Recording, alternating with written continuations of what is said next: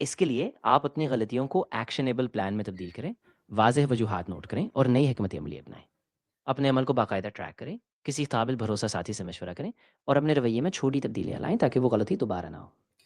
اچھا، support system failures کو handle کرنے میں کتنا امپورٹنٹ ہے؟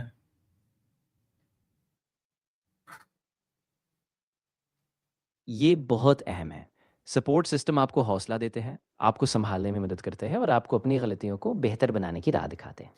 وہ آپ کو تسلی دیتے ہیں کہ آپ اکیلے نہیں ہیں اور آپ کو کوشش قابل قدر ہے۔ رسک ٹیکنگ اور فیلیئرز کا کیا ریلیشن ہے؟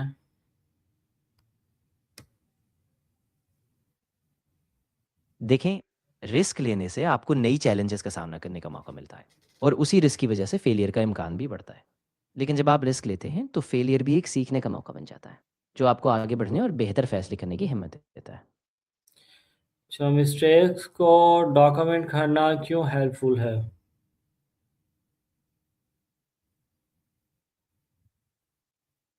کیونکہ جب آپ اپنی غلطیوں کو لکھ لیتے ہیں تو آپ ان کا پیٹرن دیکھ پاتے ہیں، آپ کو واضح وجوہات سمجھ آتی ہیں اور آپ انہیں دوبارہ ہونے سے روک سکتے ہیں۔ یہ ایک منظم طریقہ ہے سیکھنے کا تاکہ آپ اپنے عمل کو مسلسل بہتر بنا سکیں۔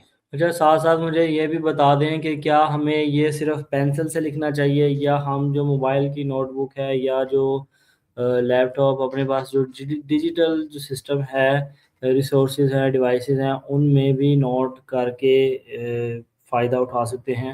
یا ہم جو کاپی پینسل پہ لکھتے ہیں صرف کاپی پینسل پر ہی لکھ کے ہم اس سے فائدہ اٹھا سکتے ہیں؟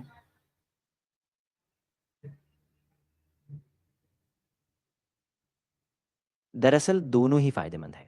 اگر آپ کو آسانی ہو تو ڈیجیٹل نوٹ بھی بہت مؤثر ہے کیونکہ ان تک رسائی آسان ہے، آپ انہیں ترتیب دے سکتے ہیں اور بعد میں تلاش بھی کر سکتے ہیں۔ لیکن اگر آپ کو ہاتھ سے لکھنے سے بہتر توجہ ملتی ہے تو وہ بھی بالکل ٹھیک ہے۔ آپ جو طریقہ آپ کو مسلسل فائدہ دے وہ استعمال کریں۔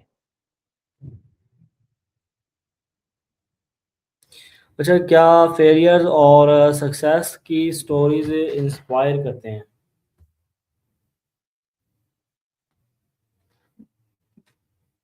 جی ہاں، بالکل۔ فیلیئرز اور سکسیس کی کہانیاں ہمیں یہ دکھاتی ہیں کہ ناکامی کے بعد بھی محنت، صبر اور سیکھنے کی خواہش سے ہم کس طرح کامیابی حاصل کر سکتے ہیں۔ یہ ہمیں امید اور حوصلہ دیتے ہیں کہ ہم بھی اپنی راہ میں آنے والی چیلنجز کو پار کر سکتے ہیں۔ اچھا، لرننگ فرام پیئر فیلیئر کیسے یوزفل ہوتا ہے؟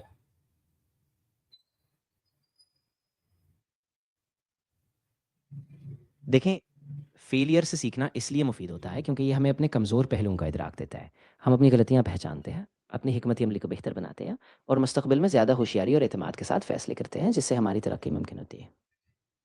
اچھا، کیا فیلیئر اور کریٹیوٹی لنکڈ ہیں؟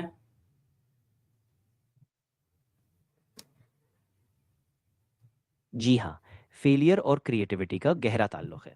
جب ہم ناکامی کا سامنا کرتے ہیں تو ہم نئے زاویوں سے سوچتے ہیں، نئی راہیں تلاش کرتے ہیں اور زیادہ جرت سے تجربہ کرتے ہیں جس سے ہمارے اندر کریٹو سوچ پروان چڑھتی ہے۔ اچھا، کون سے کامن مسٹیکس ہیں جو بگنر فیلیئر سے لرننگ میں کرتے ہیں؟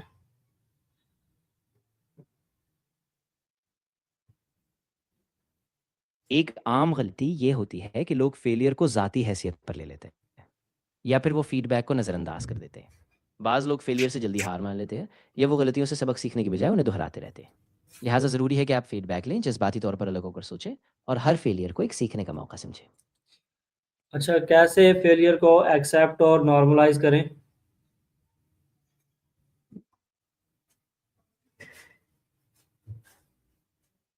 آپ اسے ایک قدرتی عمل کے طور پر دیکھیں اور اپنے آپ کو یاد دلائیں کہ ہر کامیاب شخص نے بھی فیلئر کا سامنا کیا ہے۔ اپنے آپ کو سرزنش کرنے کے بجائے فیلئر کو ایک قدرتی حصہ سمجھیں، اسے ایک سیکھنے کے موقع کے طور پر قبول کریں اور اسے اپنی ترقی کا حصہ بنائیں۔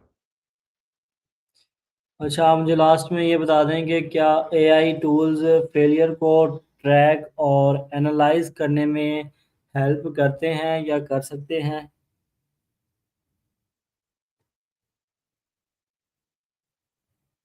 جی ہاں، اے آئی ٹولز بہت مددگار ثابت ہوتے ہیں۔ یہ آپ کے ڈیٹا کو خود کار طریقے سے جمع کر سکتے ہیں، پیٹرنز اور غلطیوں کو شناخت کرتے ہیں اور آپ کو ان پر مبنی مزید بہتر فیصلے کرنے میں مدد دیتے ہیں۔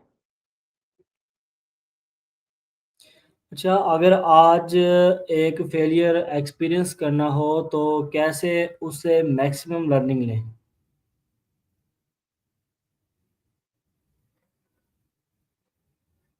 اس کے لیے آپ پہلے اپنی غلطی کو تسلیم کریں، اس کی وجوہات کو واضح طور پر سمجھنے کی کوشش کریں، اور پھر ایک پلان بنائیں کہ آپ آگے کیا بہتر کریں گے۔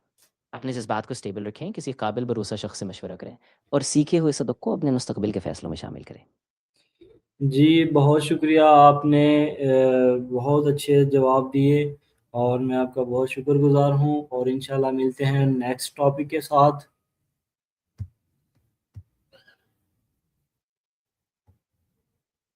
جی بالکل، آپ کا بہت شکریہ، مجھے خوشی ہے کہ آپ کو جواب پسند آئے۔ انشاءاللہ میں اگلے ٹاپک پر بھی آپ کی مدد کروں گا۔ پھر ملتے ہیں، اللہ حافظ۔